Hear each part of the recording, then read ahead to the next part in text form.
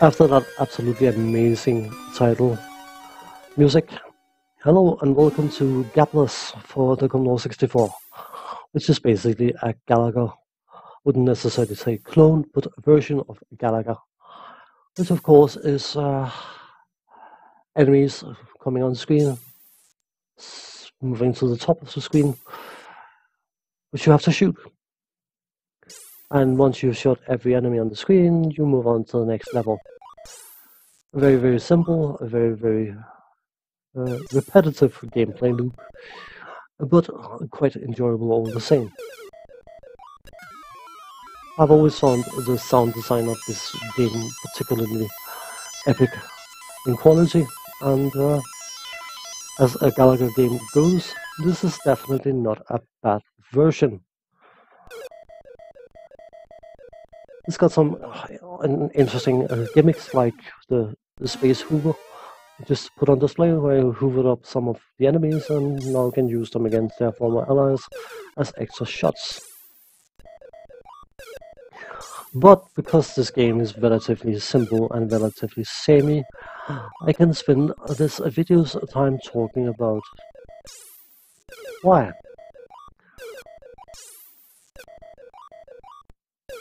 There may be people randomly blundering into my videos concerning these games and wonder why I bother making videos of this old crap. Before I go any further, the bonus stage. The idea is not to shoot the enemies out of the screen. The idea is to keep the enemies on screen as long as possible, which I failed initially to do, and then I got much better at it. Every single time you hit an enemy, it will bounce and hit it again and again until it's been hit enough times that you cannot hit it any further, also not to say any longer, and then the next series of enemies will spawn, and the more times you hit them, the more bonus points you earn. So love the sound design in this game. But returning to the previous subject. Old games for me is like a collector of old black and white movies. He or she may be having this huge library of old black and white movies, and they take one of them out from time to time and watch it and fully enjoy it. Maybe it was the setting, maybe it was the film as a whole, maybe it was the characters, maybe it was the actors, maybe it was the sound design, the lighting, the camera work, whatever. They enjoy the film and can enjoy it every so often. And I'm exactly the same when it comes to games for the Commodore 64 and Amiga. In some cases more than others, obviously, but I wouldn't be making these videos if I didn't enjoy playing the games that I'm covering. For variety's sake and for the fact that we need to be a bit grumpy from time to time even, I do cover the occasional stinker, and that is usually out of frustration or agitation that it was games was being sold to the paying public, and little insert whatever name you imagine that person is called, spending his or her pocket money on a game that maybe have saved 2, 3, 4, 5, 10 weeks in order to be able to afford this game, and then they get it home loaded and it turns out to be an absolute stinking pile of rubbish, and there's nothing they can do to be compensated for all the time and effort they put into earning the money in order to buy the game. And just like in modern day, there was a lot of games back then where the quality was so extremely low that it was borderline being a criminal offense.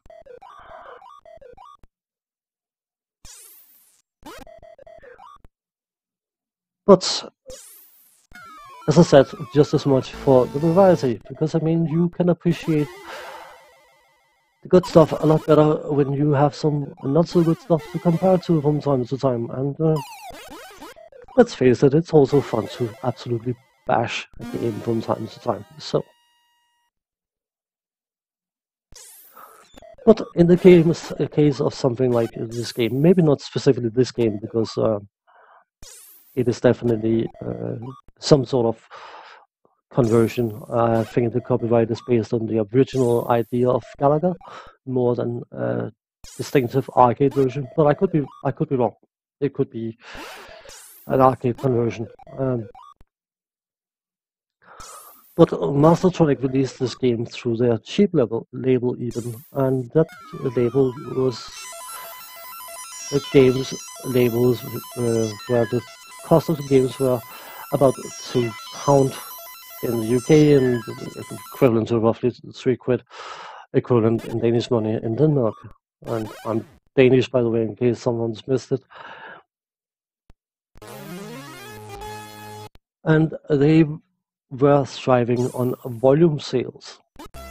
They didn't earn an awful lot per game sold, but they were banking on selling an awful lot of copies because, of course, the games were cheap. People were far more likely to blindly pick up a cheap range game. And it turned out to be the case. The cheap range labels, whoever they belong to, Mastertronic, Firebird, Codemasters, or whatever else they were called, it turned out to be a solid business. There was good money to be had in it, and there was a volume sales, which of course meant that the cheap labels were constantly on the lookout for something to actually sell. Games, preferably. Which of course again meant that those hobby kids, mainly male I would assume, bound to have been some female, but whatever, gender is not relevant. They were sitting in their basements or in their rooms, basically doing their programming test papers in the form of games. And they, through the cheap labels, had a chance to get some much desired exposure. Because of course, labels like Mastertronic were on the lookout for games. There was an awful lot of access points to get your game put on display or put on the shelf. There was a certain amount of quality control, but let's face it, not all cheap games were great. But a lot of composers on the Commodore 64 got their feet wet with the cheap labels. You will often find plenty of cheap games, or cheap label games, or whatever you call them, with some absolutely epic music. This game is one of them. The game itself is not bad, it's simple, yeah, but the quality of the game is undeniable. It is a highly polished game for the time, for the system, and all that good stuff, all the considerations taken into consideration. This is not a bad product in any way, shape, or form. Of course, that exposure meant that people start paying attention, because we all have our brand loyalties, whether we try to deny it or not. We do have our brand loyalties, and of course, people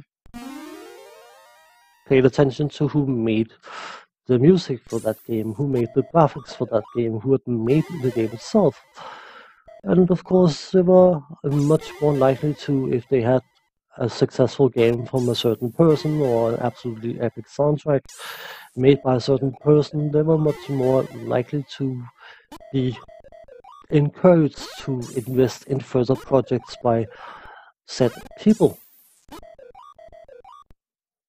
So of course, the cheap labels, as I said, it was the bigger business, there's no doubt about it. It was absolutely huge business, and probably a lot bigger business for the companies releasing the games than the people actually making the games, but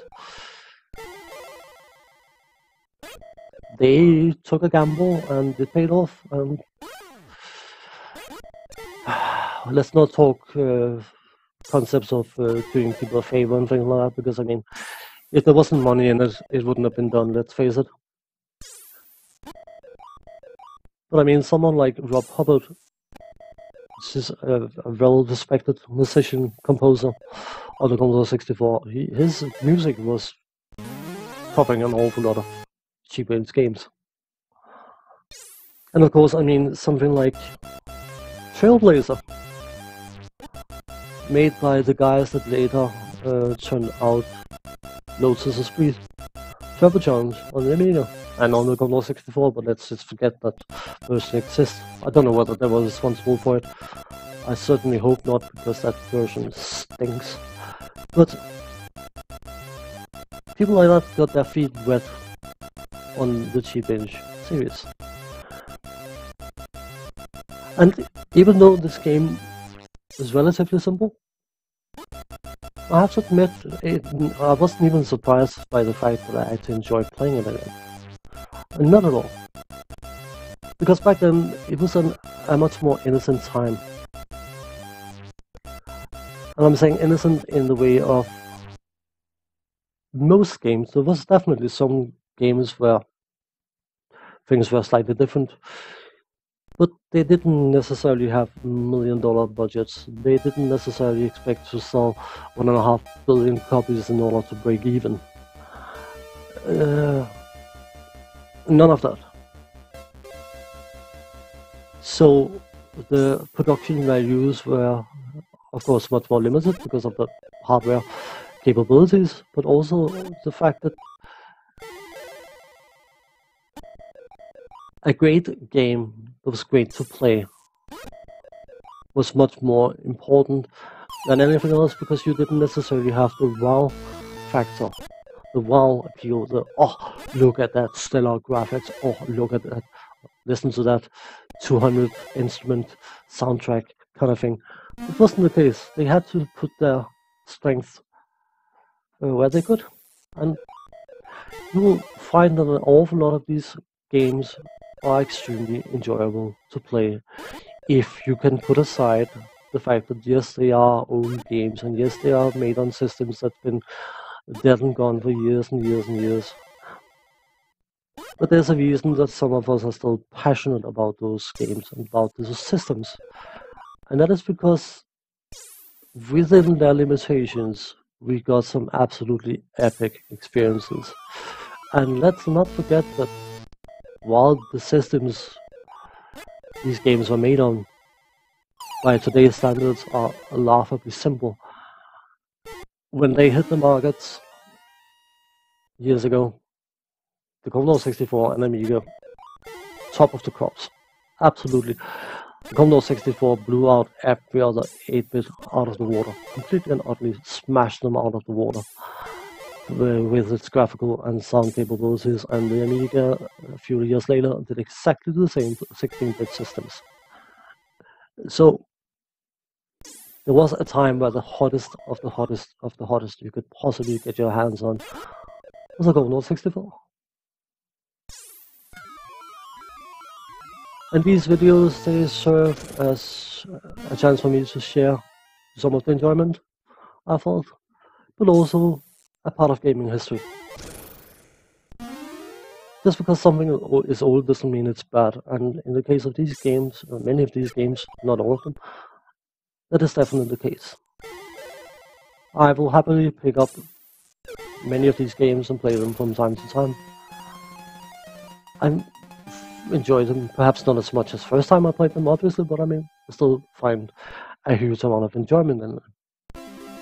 And now, after I've been talking for 12 minutes, I think we are at the end of this game, and we'll also be touching the end of this video. So I hope you found my talk somewhat interesting, and absolutely loved the soundtrack, just like I did. So on that note, thanks for watching, take care, see you next time, bye bye for now.